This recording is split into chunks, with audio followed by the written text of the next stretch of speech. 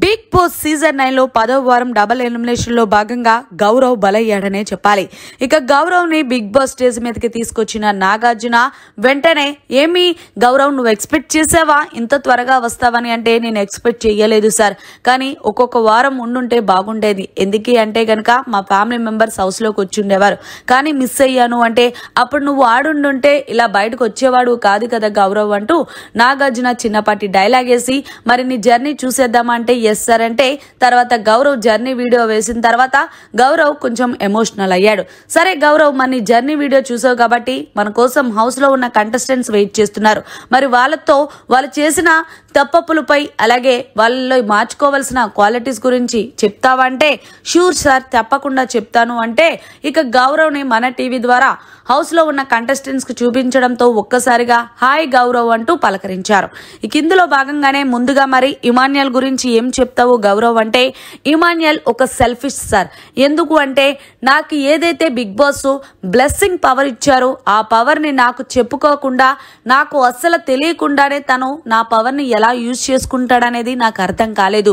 So ఎదటోళ్ళ గురించి కూడా ఆలోచించకుండా తనే బాగుండాలి తనే ఇదవ్వాలని చెప్పి నా స్పెషల్ పవర్ ఏదైతే వాడేశాడో ఇమాన్యుయల్ నువ్వు నిజంగా సెల్ఫిష్ అంటూ మొత్తానికి ఇమాన్యుయల్ పై ముద్ర వేశాడు గౌరవ్.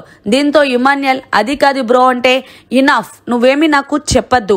నిజానికి చెప్పాలి అంటే నువ్వు కామెడీ పరంగా బాగా చేస్తున్నప్పటికీ కూడా టాస్కుల పరంగా బాగా ఆడుతున్నప్పటికీ కూడా నువ్వు ఓసరు వెళ్ళేలాగా రంగులు మారుస్తూ ఉంటావు.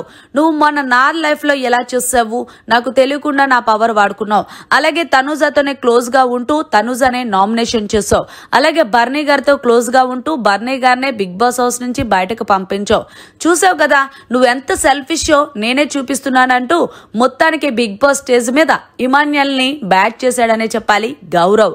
ఇక తనుజ వంతొస్తే మరి తనుజ కోసం ఏం చెప్తావంటే తనుజ నువ్వు గేమ్ వేస్ట్ చాలా బాగా ఆడతావు, కానీ నువ్వు ఒక విషయంలో డిసప్పాయింట్ అయిపోతావు. ఆ విషయం ఏంటి అంటే ఎవరైనా గనక నీకు సపోర్ట్ చేయకపోతే నువ్వు వాళ్ళని హేట్ చేస్తూ ఉంటావు. అలా కాకుండా నీకు సపోర్ట్ చేసినా చెయ్యకపోయినా వాళ్ళు నువ్వు లవ్ చేస్తూనే ఉంటే గనక నీకు మంచి రిజల్ట్ ఉంటుంది. సో నువ్వు మొత్తానికి ఒక లేడీ శివంగి లాగా కెప్టెన్ అయ్యావు చూడు, అది సూపర్. ఇంకొంచెం నీ గేమ్ను ఇంప్రూవ్ చేసుకుంటే నువ్వే బిగ్ బాస్ సీజన్ 9 కి క్యూను అలాగే తోపు అలాగే విన్నర్ అంటూ తనుజ కోసం అయితే చాలా బాగా చెప్పుకొచ్చాడు గౌరవ్. సో మరి రీతు గురించి ఏం చెప్తావంటే రీతు నువ్వు ఏదైతే కొన్ని నిర్ణయాలు తీసుకుంటావో దానివల్ల నీకు పెద్దగా ఇది కాకపోయినా అవతల వాళ్ళకి చాలా మైనస్ అవుతుంది. లాస్ట్ టైం ఏదైతే సంచలనంగా డెమోన్ పవన్ కోసం ఫ్లిప్ అవుతూ ఉన్నావో అలాంటి నిర్ణయాలు కొంచెం తగ్గించుకొని నీ గేమ్ మీద నువ్వే ఫోకస్ పెట్టుకుంటే బాగుంటుంది అంటూ కళాఖండిగా చెప్పాడు రీతుకి.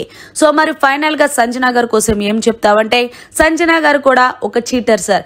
ఎందుకు అంటే అసలు నేను వచ్చిన తర్వాత నిఖిలు అండ్ అలాగే నాకు ఆవిడ బాగా సపోర్టు, కానీ లాస్ట్ టైం ఏదైతే సంజన గారు కెప్టెన్సీ టాస్క్ లోని మొత్తానికి నిఖిల్ కి యాపిల్ పెట్టింది చూడండి, అది కూడా నాకు నచ్చలేదు.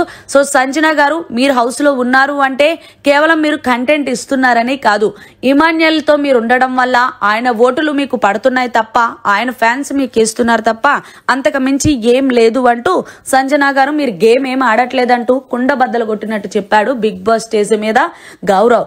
మరి ఫైనల్ గా బిగ్ బాస్ స్టేజ్ మీద గౌరవ్ మాట్లాడిన మాటలు మీకు ఎలా అనిపించాయి అనేది కమెంట్ చేయండి. మరిన్ని లేటెస్ట్ లైవ్ అప్డేట్స్ కోసం చూస్తూనే ఉండండి మన ఛానల్.